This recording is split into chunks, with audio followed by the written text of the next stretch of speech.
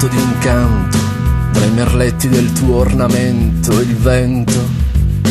Odierai quel silenzio, tra gli sguardi di fuoco, in un lento cammino indeciso. Uniranno il fare di rosa, quelle spine cingono i fianchi, striscianti come serpenti.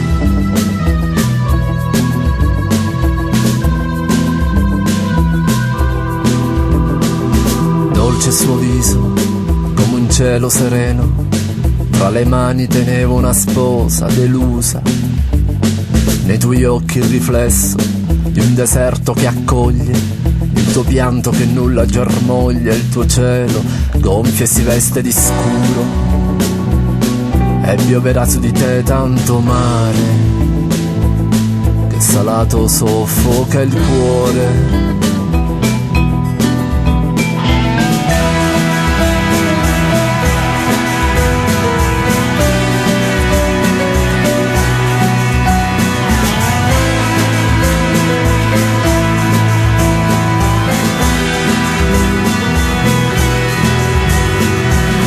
Viene un riso, pioverà sui tuoi occhi, tra i cretti del tuo giuramento infranto, lacherà il tuo tormento, tra carezze di rovi, in un giorno di altissimo sole, pioverà su di te il giudizio, e laverà via ogni macchia,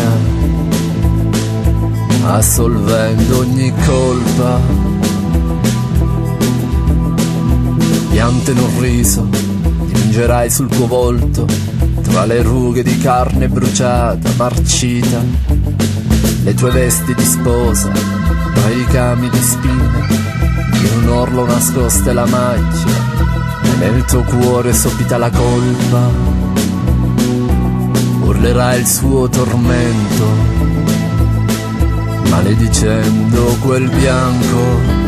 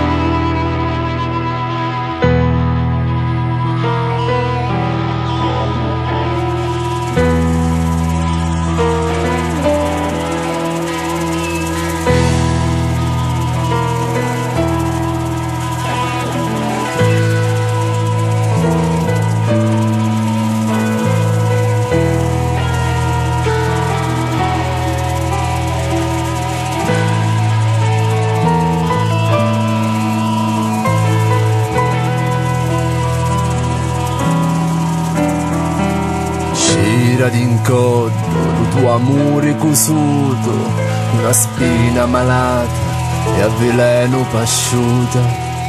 Scira d'incoglio, il tuo bianco unzivato e vestita a lutto, l'amore svanito.